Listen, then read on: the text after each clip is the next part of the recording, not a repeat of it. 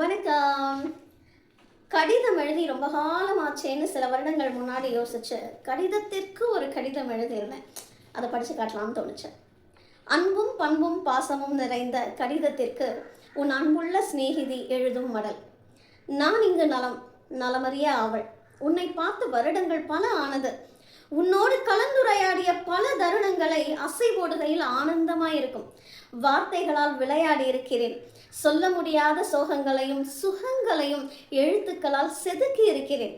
சில கண்ணீர் துளிகளை கூட அழிந்தும் அழியாமல் இருக்கும் வார்த்தைகளோடு சுமந்து கொண்டு சேர்த்திருக்கிறாய். என் வழியை உணரச் செய்ய அதுவே வழியுமாய் இருந்தது. உன்னில் முத்தமிட்டு உதட்டு சாயத்தை வெளிநாட்டில் பணிபுரியும் என் உரியவருக்கு சேர்க்க உத்தரவிட்டிருக்கிறேன். என் நெற்றி பொட்டை முற்றுப்புள்ளியாய் வைத்து முடித்து கொண்டு வர சொல்லி முத்திரை அனுப்பியிருக்கிறேன். நீ இல்லாமல் என் நினைவுகள் இல்லை. அன்றும் இன்றும் என்றும் உன்னை போல் யாரும் நெருக்கமில்லை. எப்படி இருந்தது?